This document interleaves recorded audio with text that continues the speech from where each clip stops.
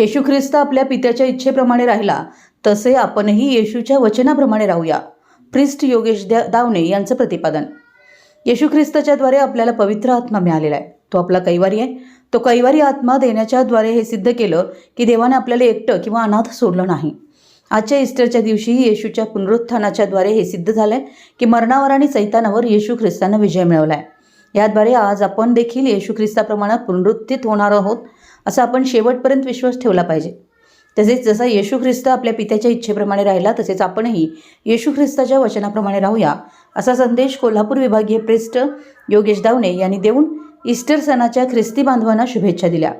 यड्राव येथील न्यू अपोस्टॉलिक चर्चमध्ये ईस्टर सणाच्या डिव्हाइन सर्व्हिसमध्ये संदेश दिला. प्रारंभी मुलींच्या कॉयर ग्रुपने आराधना गीते गाऊन डिव्हाइन सर्व्हिसला सुरुवात केली. यावेळी प्रिस्ट संदेश आदमाने यांनी प्रभू येशू ख्रिस्तांवर विश्वास ठेवू तर आपले तारण होईल. जसे येशू ख्रिस्तानं सर्व मानवजातीसाठी आपले बलिदानाद्वारे रक्त सांडून त्याग केला तसेच आपण या जगामध्ये जगत असताना वाईटाचा त्याग करून आपलं तारण करून घेऊया असा संदेश देऊन ईस्टर सणाच्या शुभेच्छा दिल्या. यावेळी डिकन सुरेश आदमाने, VS आदमाने यांनी ईस्टर सणाच्या शुभेच्छा दिल्या. यावेळी ब्रदर अविनाश काळे, BS आदमाने, दीपक आदमाने, आनंद कांबळे, नागेश मिसाळ, धोनीराम चौगुले, प्रकाश आदमाने, रोहित आदमाने, निलेश जगताप तसेच सर्व ख्रिस्ती बांधव भगिनी मोठ्या संख्येनं उपस्थित होते.